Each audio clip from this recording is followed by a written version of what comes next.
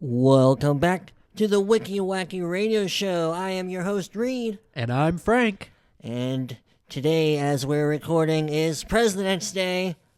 But we're not doing a Wacky Presidents episode. We've done 3 of those in the past, so if you haven't heard those, be sure to go listen to them.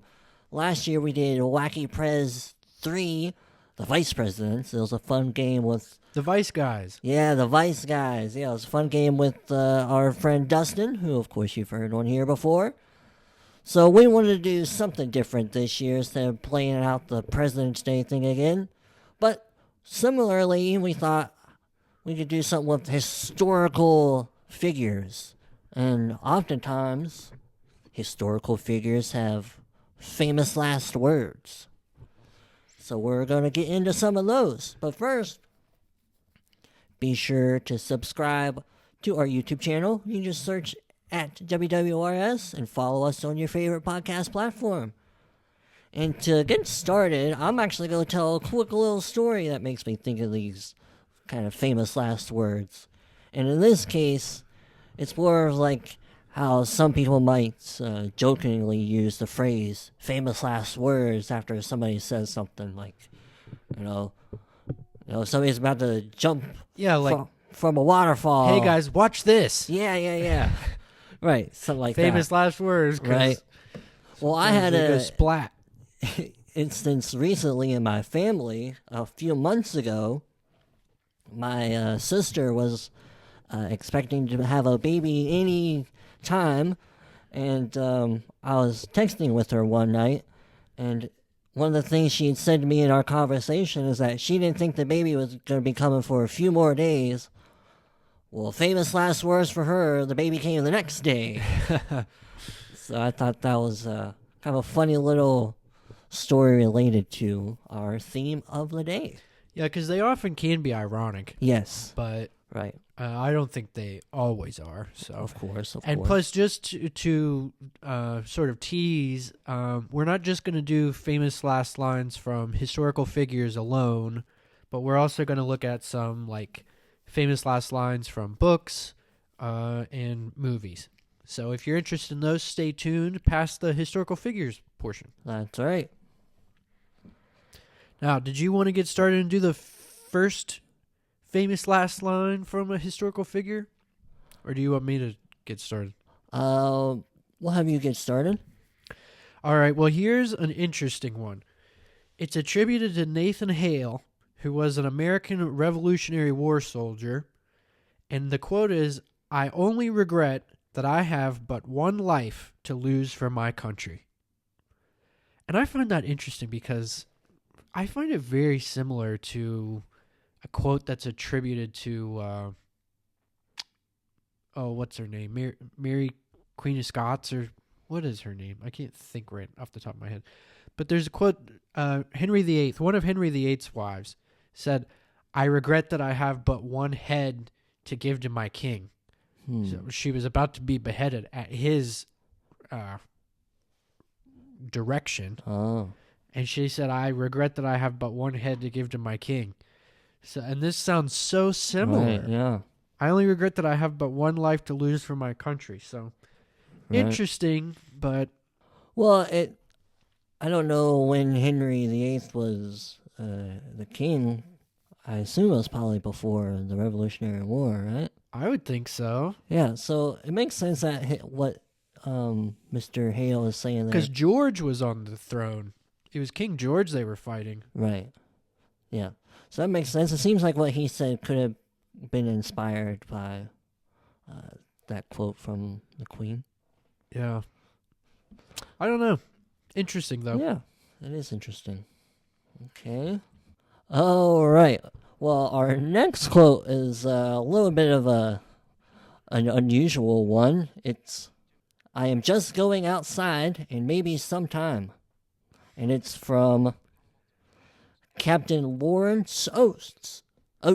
He was an Antarctic explorer, and our little bit here says he was sacrificing himself for his team.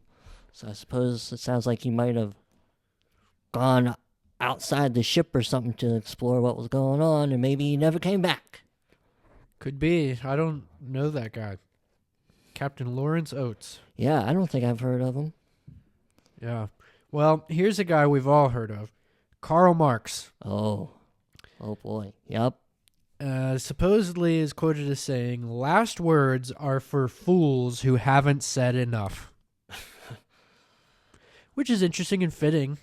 I can see why it made this list. Yeah. Yeah, that is kind of interesting. Of course, I don't put much stock in anything Karl Marx ever said, but... No, not me either. I never really would have guessed that was famous last words from him. Or it seems more like a quote about last lines than his last lines. I don't know. I just don't know enough about all this. I didn't sit down and do copious amounts of research on all these things. Yeah. Right. Well, our next one is it's short and sweet. It is very beautiful over there. And it comes from Thomas Edison, speaking about the afterlife. I wonder how he would know. I was about to say the same thing. I wonder how he knew that. Maybe he had faith. Maybe Yeah. he was a believer in Christ or something. Sure. Because that would make sense to me, but otherwise doesn't make much sense to me. Right. I mean, unless he was literally passing away in the moment, he can see the other side. I don't know. Maybe some experiment with the light bulb. Oh, that's it. Illuminated the beyond. That's where we get the phrase, the light. Go away from the light. There you go. Well, here's a good one to follow it up and to end this segment in historical figures. I'm bored with it all. Yep. Supposedly spoken by Winston Churchill. All right. Summing up a long and storied life. Sure was. Yeah. Could you imagine? I do know this is slightly different and slightly off topic, but I know of a poet named Virgil who lived under Caesar Augustus, and he wrote this epic called the Aeneid, and on his deathbed it was unfinished. He asked for it to be cast into the fire. He sort of regretted that it didn't get completed in his lifetime and just wanted the whole thing to be scrapped.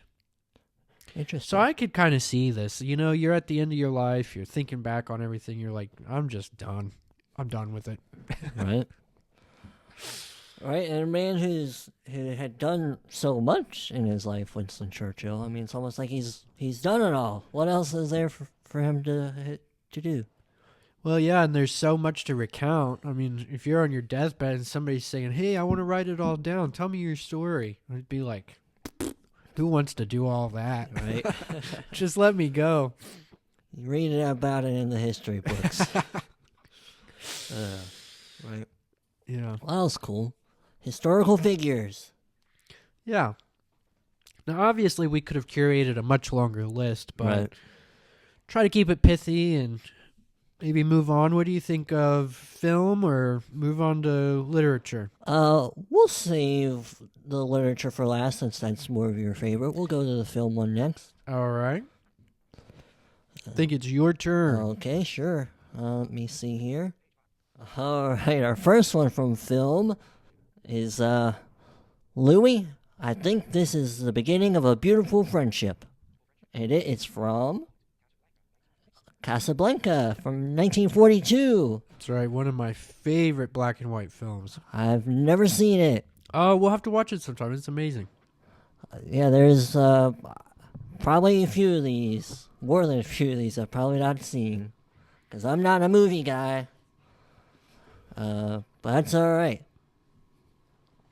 Well, here's one from the 1995 film, The Usual Suspects. And I've never seen this film either, but I know it is a famous movie. Yeah, I've heard of pretty much all of these movies. I've just not seen them. Yeah.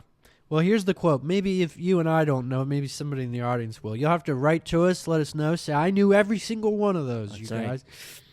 Right. This one here says, the greatest trick the devil ever pulled was convincing the world he didn't exist. And like that, he's gone. Yeah, I've definitely heard like the first half of that Yeah. quote before plenty of times. So have I. It's pretty good. Yeah. I never really knew it had come from the movie. I wonder if it's one of those things where, well, I don't want to go esoteric, but they say there's nothing new under the sun and all that. I bet this was a book. I mean, it was a script before it was a movie at the very least. Somebody wrote this stuff, so. Right. But I guess that's just what it gets attributed to because it's so famous or whatever. Right. Yeah, that makes sense. All right. Next. I know this one. Okay. I bet most people do. Roads. Where we're going, we don't need roads. And this is from Back to the Future. That's right. Which I've only seen parts of when they've shown the movie on like TV. I've never sat down and seen the whole film. And it makes me think of, before you go on to the next one, it kind of reminds me of, from an older movie, Badges? We don't need no stinking badges. Yeah, Dirty Harry. Yeah. Yeah, it is kind of like that. Is that a movie or a show? It was a movie. Oh, okay. Yeah. I thought it was. I think there were a couple Dirty Harrys, though. I think maybe that's why you're getting confused Sure. by it, because I think there were at least a couple, maybe a few. But that's an interesting quote because they had that time machine thing. They weren't even really driving a car. I mean, I think it could drive, but it also like flew through time, I guess, or whatever. I don't know. Right? Well, they didn't need roads. Well, apparently, to move on to the next one, the 2007 film There Will Be Blood ends with 2 words. I'm finished.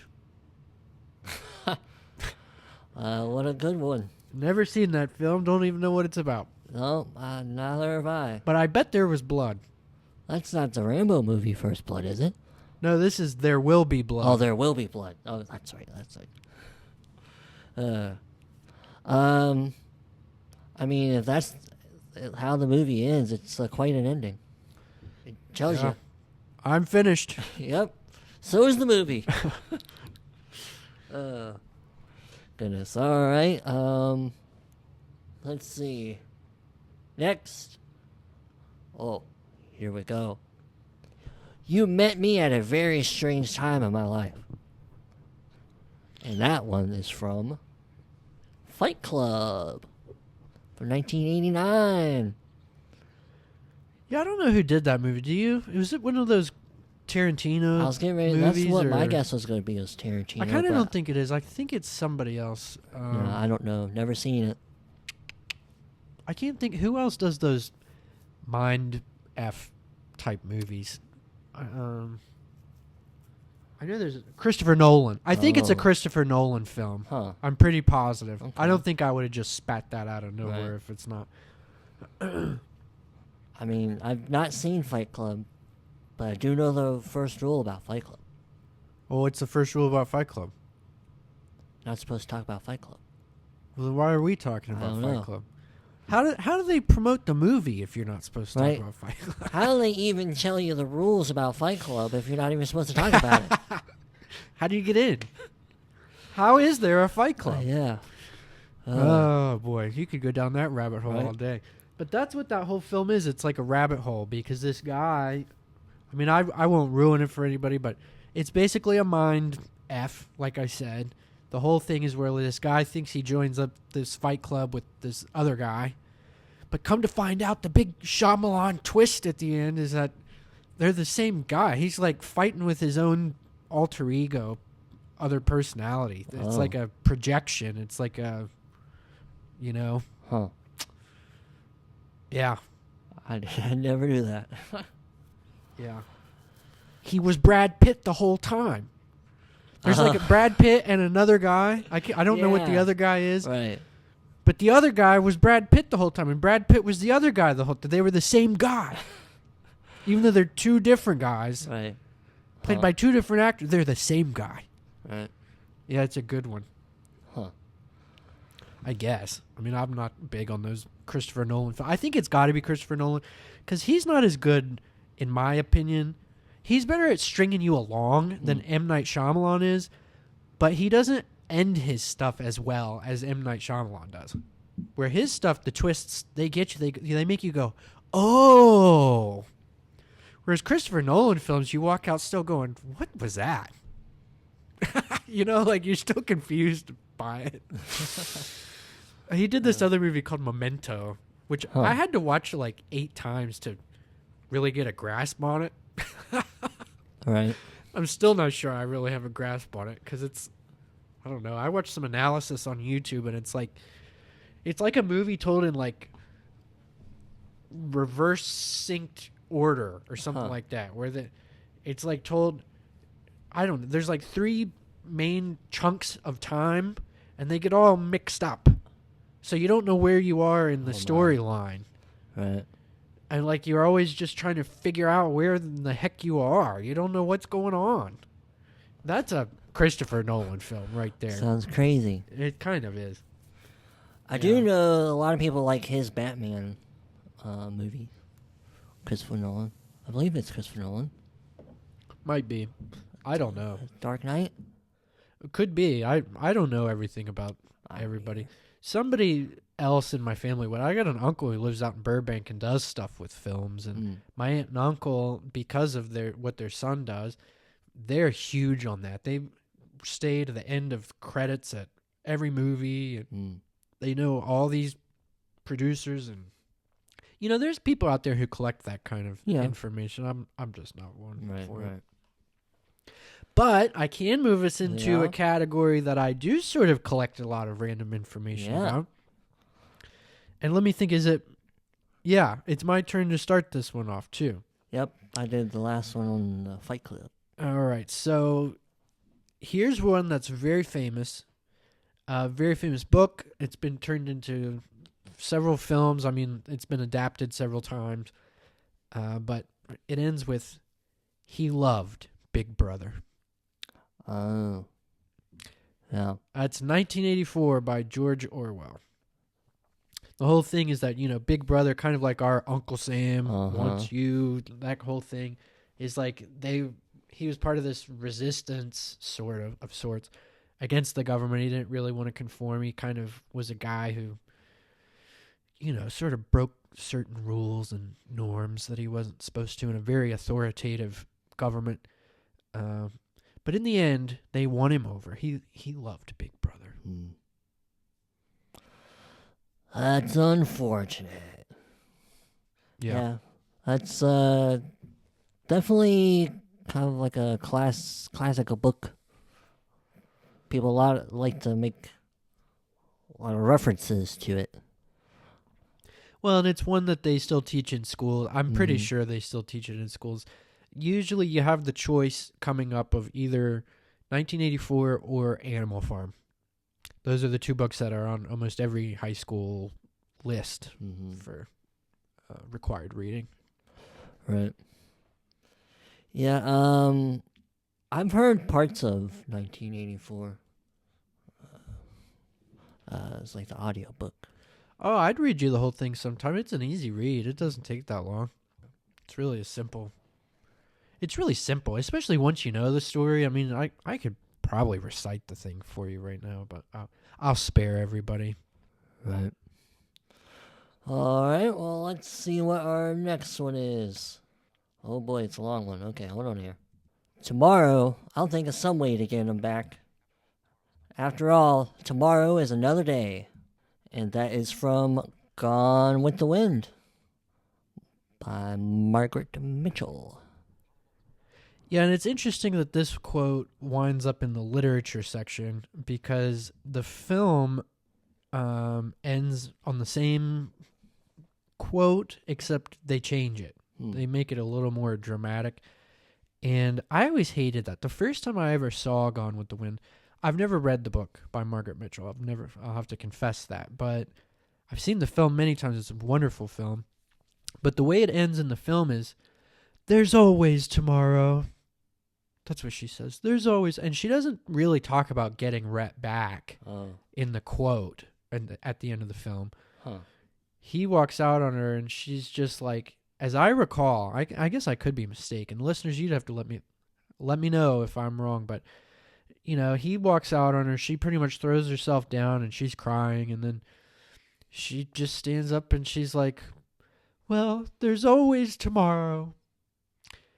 And I tell you what, I hate Scarlett O'Hara as a character. I hated her. I still don't like her. I mean, that British chick, I can't think of the name right now, who plays her, did a wonderful job.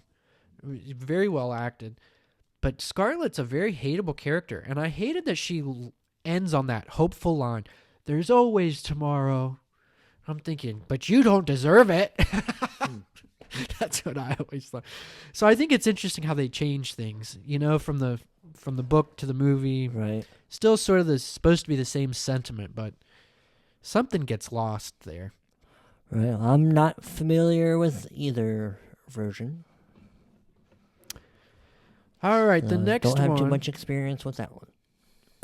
The next one here is from another famous book that somebody might have had to read in school. It ends with, so we beat on, boats against the current, borne back ceaselessly into the past. That's from The Great Gatsby by F. Scott Fitzgerald. Huh. I've definitely heard of that, but have not read it or seen the movie, because they did a recent movie, right, for it?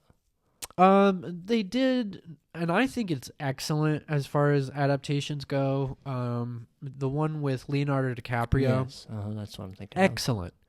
And I love, there are some sort of, it's got Tobey Maguire in it too. He plays the other male lead. He played Spider-Man in the Spider-Man films. But Tobey Maguire plays the main character, and who's the other guy I just said? Leonardo. Leonardo. He plays the Great Gatsby. But yeah, I know what I was going to say. Excuse me.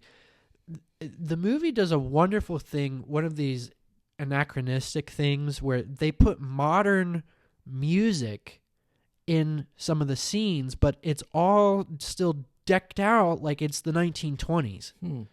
So it's cool. I think it's really cool. It has a way of pulling in a modern audience in a way that other adaptations of this have not done. It's a classic turn of the century type story, 1910s, 1920s, somewhere in that, maybe as late as the 30s, but it's somewhere right in that time period. Yeah. And some people when they read it, they get a little lost. And even watching it, if they stay true to how it's written, people can get lost. But I love they put in these like modern pops that you just wouldn't expect, really. Right. And it just brings it home, I think, to a modern audience. Huh. It's really a cool version. Yeah, it sounds pretty cool. I like the idea of that. All right, we'll go on to our next one. Yeah, this is one I don't recommend. I definitely don't recommend this authoress. Don't care for her, but we can get into that. I don't mean to make this political, but are there any questions? Oh, that was mine. What do you mean it's yours? No, you're going to do the one that you want to talk about. You just read the Great Gatsby one. Yeah.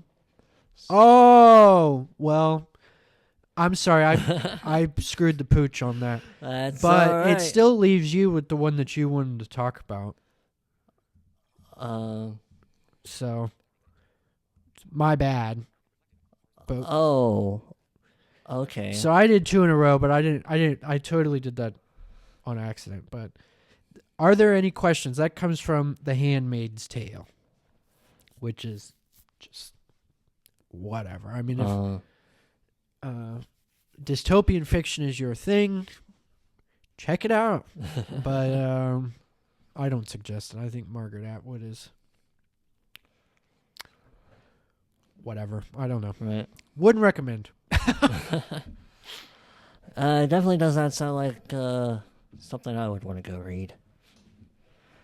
Well, and they did make. There's a famous like TV series. Yeah, right. I think the TV series is what made the book famous because I don't know. I think it's especially girls, and not to nag on anybody or anything, but they do this thing where it's like they want to read the books that are made into movies, and they watch the movies that are made out of books, and it's like this weird cycle that I don't see guys who like to do stuff like that. I mean, maybe I'm way out in left field on that, but don't know. Well, I guess I'll read the last one here. Where'd it go? Oh, yeah. Hold on. Don't ever tell anybody anything. If you do, you start missing everybody. And that's from The Catcher in the Rye, which is the only book I'm familiar with in this list, because Frank here has read it to me. Yeah, it's one of my favorites. J.D. Salinger is a just wonderful American author, and those are my favorites. I'm very partial to American authors, and I would highly recommend to the audience to go read any of his stuff. And in particular, just because I am me, I'm going to throw this out there, but one of my favorite things I always wanted to do if I ever got to teach was if you pick up a collection called 9 Stories by J.D. Salinger. There's one of the stories in that collection of 9 is called Didamier Smith's Blue Period.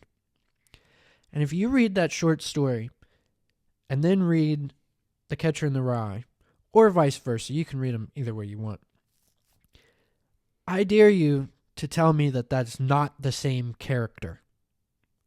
They're both Holden Caulfield. Now, one is not named Holden Caulfield. He's some punk kid named Didamier Smith, or maybe that's an assumed name. I don't recall. It's been a minute since I've read that, but they're written the same way, same language, same style, same tone, same everything. And I swear, I think Didamier Smith's Blue Period was a precursor to The Catcher in the Rye. So just throwing that out there, as somebody who used to want to teach comparative lit, you should definitely check out J.D. Salinger. He's really cool. He definitely writes better than I ever could, so have to give credit there. Yeah, excuse me, I thought it was a pretty good story. It's definitely interesting. I love the way it opens. It's one of my favorites out of everything I've ever read. He starts by saying, something to the effect of, well, if you want to know the truth about it, you'd probably want to know all about my parents and what they do and where I come from. And I'm paraphrasing. He says, but I don't want to tell you about any of that David Copperfield crap. And it's just epic, and it's postmodern because he's talking to you as a reader, as if you're reading it, as if it's direct address to you, and he compares himself to other characters in other books. So it's very meta-textual, or, it's right. It's very a stark way to open a book. It's very cool. Yeah, that is pretty funny. It's a great hook right away. It makes you want to go, what? Who is this guy? Right. Talking to me like this. Yeah, he's definitely an interesting character. I thought it made for a pretty engaging story. Yeah. But I will say also it opens fast. I think a lot of people miss what's really going on. And he tells you right in the beginning where he's at, what he wants to tell you. But some people are just they find Holden abrasive. Yeah. And so they get kind of lost in that. Like, what? Who is this kid? Why is he talking to me? Why does he cuss so much? Because that's something, oftentimes they'll teach this in school, 12th grade usually. And that's something that comes up, is how many curse words are in it. So just be warned, there are a lot of curse words in The Catcher in the Rye. Well, I mean, people wanted that book to be banned for quite a while, if I'm not mistaken, right? Well, yeah, probably so, but I think it's just because of the cussing. I don't think there's anything else that happens in the story that... Right. Well, another thing related to the story, it's not necessarily about the story, wasn't the book something John Lennon's killer Yeah, talked about, mentioned? yeah, supposedly he carried a copy of it. Yeah, that's it. I Yeah, knew he was related carrying a somehow. copy of it when he shot John. Yeah.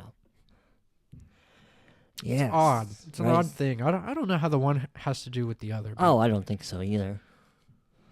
That was just another kind of like popular culture thing that I thought about. Oh no, with I that book. know, but Yeah. what I mean. Let me use a different phrase. Sure. What I mean is, I don't see how The Catcher in the Rye could inspire somebody to go shoot John Oh. Lennon. I don't understand. Right. Right. Yeah, just like the Beatles inspired Charles Manson. Well, yeah, I think that goes a little different, but yeah, I think he was obsessed with Right. their Revolution Number 9, Right. and would listen to it while he dropped acid, and just obsessed over it. Mm-hmm. And supposedly he would do that to his followers too, make them drop acid and listen to it over and over. And yeah, a lot of people, that song, if you're not familiar, it ends with just madness, just sort of just noise, Right. noise. And people say they hear all kinds of stuff, the end of the world, the rapture, the whatever. I mean, you could let your mind really get out there, I suppose. But Right. you know, it's that MK Ultra stuff. Oh. Wasn't the Beatles. It was the acid and the CIA. Yeah. Well, that is the list of famous last lines that we got. We had some historical figures, some famous film quotes, and some from some books. Quite the range. Yeah. And if you definitely have enjoyed this episode, listeners, be sure to follow us on your favorite podcast platform. You can follow us on Apple, Stitcher, Spotify, and many other major podcast listening apps. You can also go subscribe to our YouTube channel. You can just search at WWRS and we'll come up. And to hear some additional content, you can become a paid subscriber through our podcast host, Red Circle. We would greatly appreciate it. That's right. And as they say, all good things must come to an end. But don't worry, we'll be back with more words to leave you thinking next time on the Wicky Wacky Radio Show. We hope you might tell a friend about us, encourage them to become paid subscribers so that they have access to the same exclusive and bonus content that you have access to. And as always, we thank you for listening.